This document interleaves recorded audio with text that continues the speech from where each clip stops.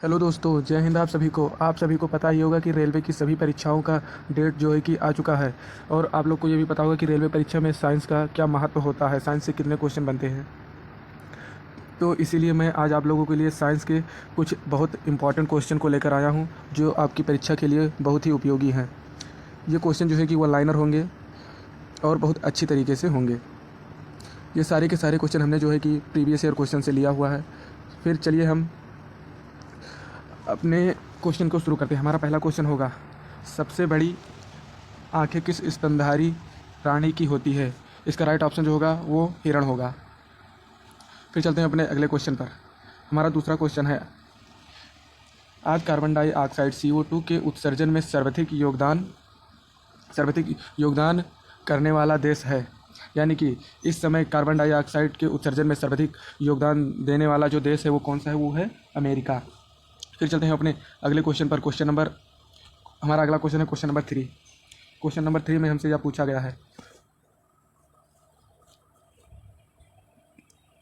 दोस्तों थोड़ी गड़बड़ी हो गई है, ये देखिए दोस्तों हमारा तीसरा क्वेश्चन है, किस उद्योग में अभ्रक कच्चे माल के रूप में उपयोग किया जाता है? इसका राइट आंसर होगा विद्युत।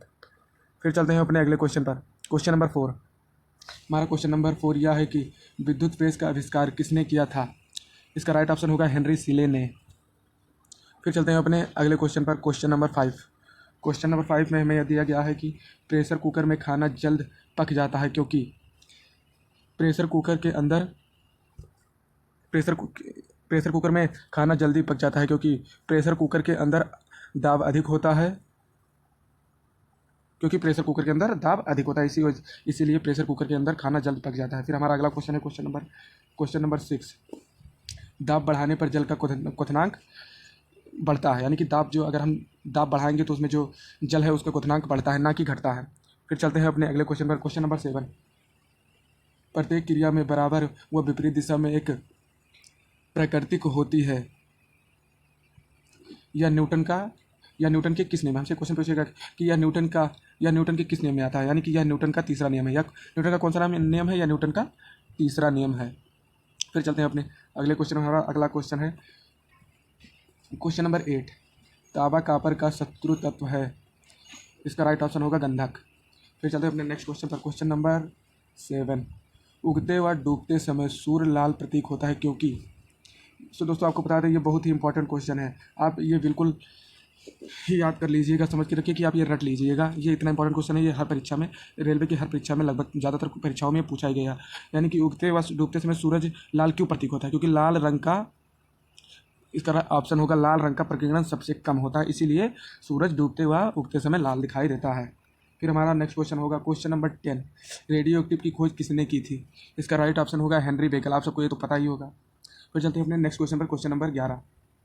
दो समतल दर्पण एक दूसरे से 160 डिग्री के कोण पर झुके हैं। इनके बीच रखी इनके बीच रखी एक गेंद में बने प्रतिबिंब की संख्या कितनी होगी? यानी कि दो समतल दर्पण हैं, वो एक दूसरे से 60 डिग्री के कोण पर झुके हुए, इनके बीच में रखी एक गेंद बने प्रतिबिंब की संख्या, एक गेंद के बने प्रतिबिंब की संख्या कितनी होगी? यानी कि अगर दो दर्पण के बीच में 60 डिग्री पर कोण झुके हुए, उसके बीच में एक गेंद रखी जाए तो उसकी जो प्रतिबिंब बनती है वो 5 प्रतिबिंब बनती है। फिर चलते हैं अपने नेक्स्ट क्वेश्चन। हमारा अगला क्वेश्चन होगा क्वेश्चन नंबर 12। पानी के अंदर हवा का एक बुलबुला किस तरह वर्ताव करता है? इसका आंसर होगा एक अवतल लेंस की तरह व्यवहार करता है। फिर चलते हैं अपने अगले क्वेश्चन पर। हमारा अगला क्वेश्चन है क्वेश्चन नंबर 13। क्वेश्चन नंबर 13 में हमसे पूछा गया इकाइयों की समस्त व्यवस्थाओं में किस इकाई का मात्रा समान होती है? इसका राइट ऑप्शन है विशिष्ट गुरुत्व। फिर चलते हैं अपने अगले क्वेश्चन पर। हमारा अगला क्वेश्चन है क्वेश्चन नंबर 14। यदि कोई मनुष्य समतल दर्पण की ओर 4 मीटर प्रति सेकंड की चाल से आ रहा हो तो दर्पण में मनुष्य का प्रतिबिंब कैसा बनेगा और कितनी दूर पर होगा? दर्पण का प्रतिबिंब किस चाल से आता हुआ प्रतीत होगा? दर्पण का प्रतिबिंब किस चाल से आता हुआ प्रतीत होगा? ये जो है कि 8 मीटर प्रति सेकंड की चाल से आता हुआ प्रतीत होगा।